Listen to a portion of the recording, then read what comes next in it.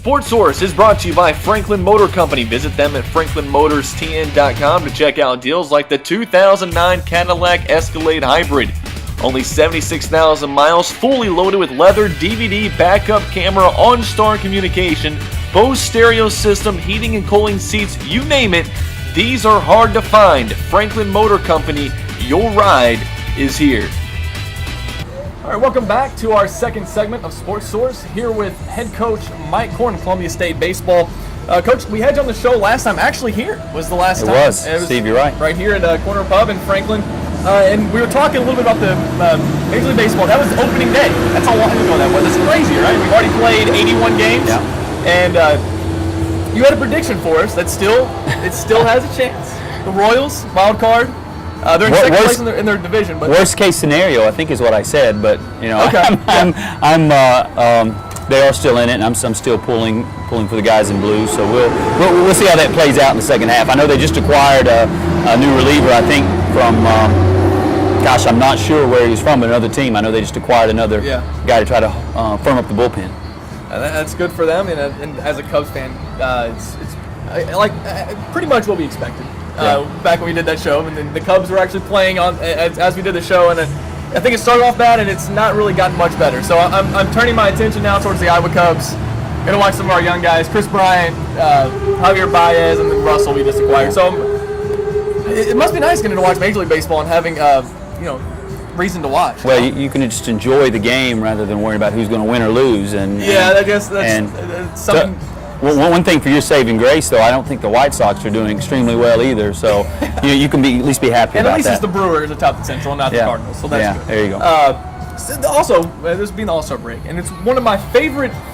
It is the best All-Star game. And that's not even that's not a biased opinion. That's not even an opinion. That's just a fact. It's the best All-Star game. There's a reason that it's played. I mean, whoever wins gets to that league will get to have home field advantage to start off the World Series. So that there's a meaning behind it. But also the home run derby, I think it tops the slam dunk contest, tops anything that the NFL does.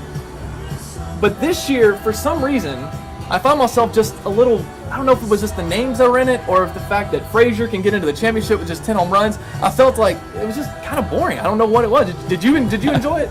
I always enjoy it, number one, and it's probably more so when they go to the slow motion and you get to see their swing and that is cool. and especially for a coach who says, how does that guy generate that much that much power? And I enjoyed the NCAA home run derby a little more this year, but I still enjoy it, and I think it is better than the slam dunk contest. It can get a little drawn out.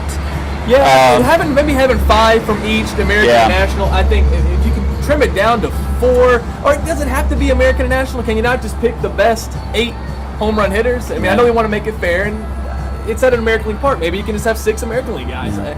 I just thought that it just kept dragging out. I kept watching because I wanted who's going to win, and that was the only thing that kept me watching. It wasn't that it was so overwhelmingly entertaining. I don't know if I just from watching it every year. Let's say this, Coach, I used to tape the home run derby, got a cassette tape, and I would rewatch it the next day. Yeah. This is before ESPN Classic and all that stuff. So I would rewatch it because that's how awesome I thought it was. And I remember one year they had it at Fenway, and they had the camera of the ball going over the Green Monster, and I thought that was really cool. But I don't know, maybe it was the ballpark. And the Twins, they have a great ballpark, but I don't like that the ball will hit the stands and you go, the ball could have gone 475 feet. I want to see the ball go 475 feet. That's the whole point. I want to see the ball go further. Right. I don't know if there's a perfect answer or a perfect solution, and I certainly don't like this being a fan of the game. But maybe you have to give those guys some kind of incentive for being in it.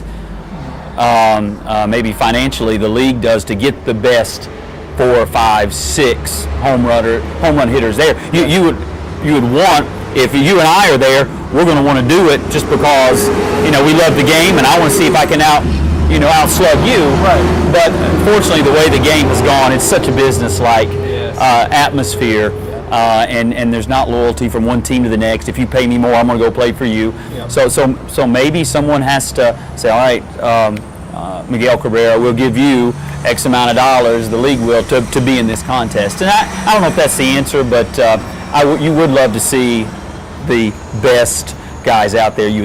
Supposedly the best guys anyway. Right. And they used to do CenturyLink used to. Century 21, they used to do a $250,000 house giveaway, so they were playing, it was for somebody else, they had a sponsor. There you go, yeah. And that was kind of neat. I like having that, and maybe there's something else they can do along those lines. But I did read an article on SB Nation about how baseball, for some of the younger fans, seems to be falling as far as watching on TV. So the not the attendance is fine for baseball. I mean, as long as your team's doing relatively well, it's okay. You still see in some of these bigger stadiums a home run ball hitting empty seats, and you hate that. This is my favorite sport growing up.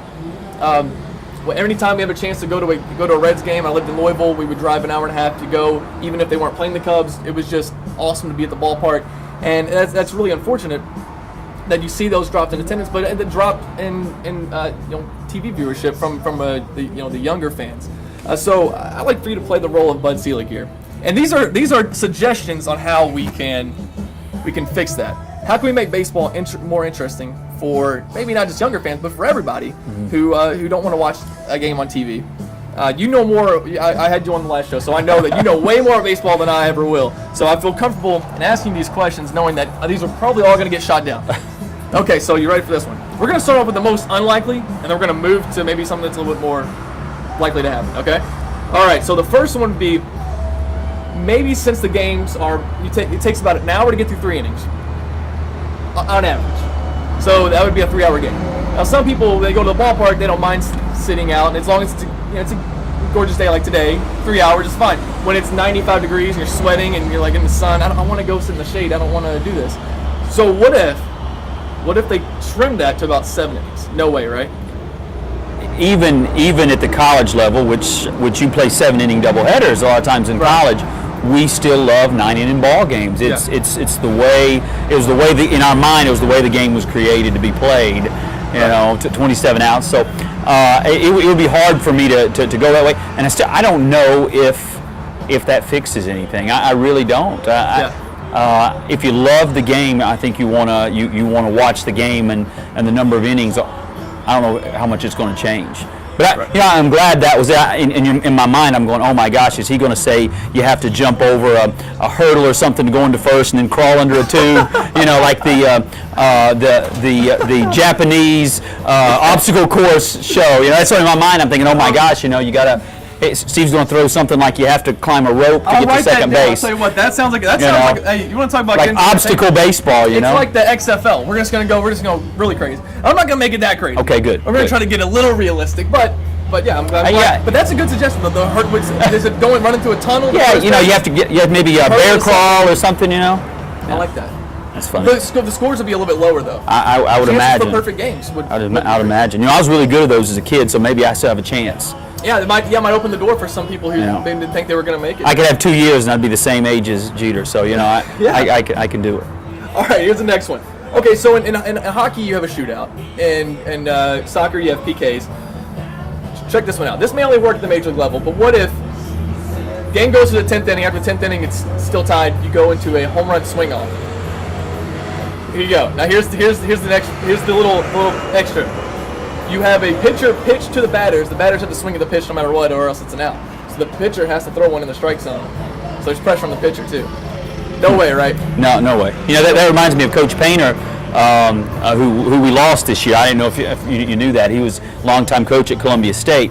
When he was a PE coach there at Columbia State, he played one-pitch softball. Oh yeah. And one pitch, and you had to play, but you threw to your own team. You threw to your own team, so there was an incentive for throwing it over the plate. Yeah. You got one pitch, so if you're not on the team and you throw me a ball, I'm like, hey, come on, what's going on, So that part you like, but not necessarily the swing off, like to see who hits how many home runs. I think softball has the international tiebreaker, which they go to a runner on second every base. Every inning, every extra inning or whatever. Which, that's just adding something else that's unnecessary. I don't know if there's enough extra inning games to warrant a move like that. So that was actually the next one. Runner starts at second and extra. So you say there's not. That wouldn't necessarily fix a problem that we're talking about as far as youth going and getting more involved. In college baseball, they have gone to the base umpire carries a clock.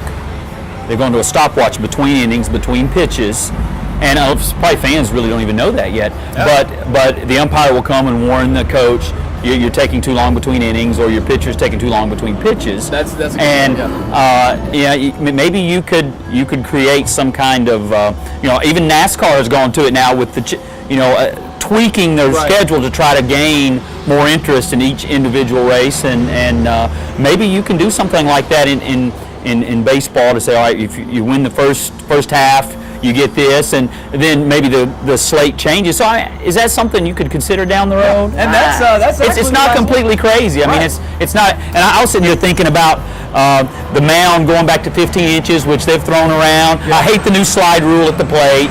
It drives me crazy. I want to be able to run over the guy, and I want the guy at the plate to want me to run over him. Right. But this is even in the All-Star game, and even if Pete Rose is that guy coming around. I do. Gosh. That was my next thing. 281 game schedules.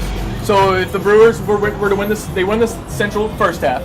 We come back. Now I have an incentive now as a Cubs fan.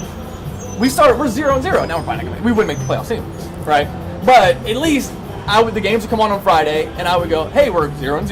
Yeah. I'm ready to watch some Cubs baseball. Now we're in the middle of July. There's nothing on TV. You get to the beginning of the season.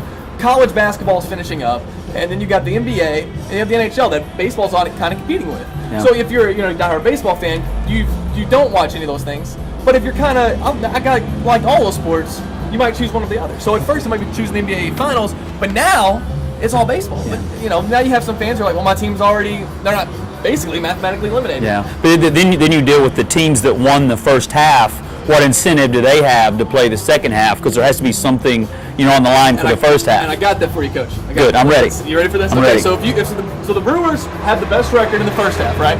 If they have the best record in the second half, then they win the NL Central. If they don't, let's say the Cubs miraculously win the second half, the next 81 games, they have the best record. The Cubs and the Brewers play for the NL Central, best of 3, and they move on to playoffs from there. You do the same thing at the wild card. Yeah. Like I said, these are actually things that I picked up from the internet. These weren't any of my originals. Yeah. But just some things that one might be the most realistic that maybe we can see down the road. But I don't think baseball. I was surprised to see the change to video replay. I hate this it. year. Hate it. Absolutely. I hate it. I think umpires and the human error, the human aspect in the game is part of it, important to me. And you're dealing with a game that is very rooted traditionally. I mean, you look at your managers, we're starting to get a few younger managers, but some of the managers for over the past 20 years were old timers, and golf is still very traditional in a lot of ways, the way they dress, and obviously some things are changing a little bit with the younger players, but baseball is very rooted in tradition, so it's going to be hard to make any drastic changes like that. Right. But if the popularity goes down, they'll do something. I mean, I think something has to be done. When we come back, we're going to talk to Coach Horn a little bit more about baseball, more specifically Columbia State and their phenomenal season this past year.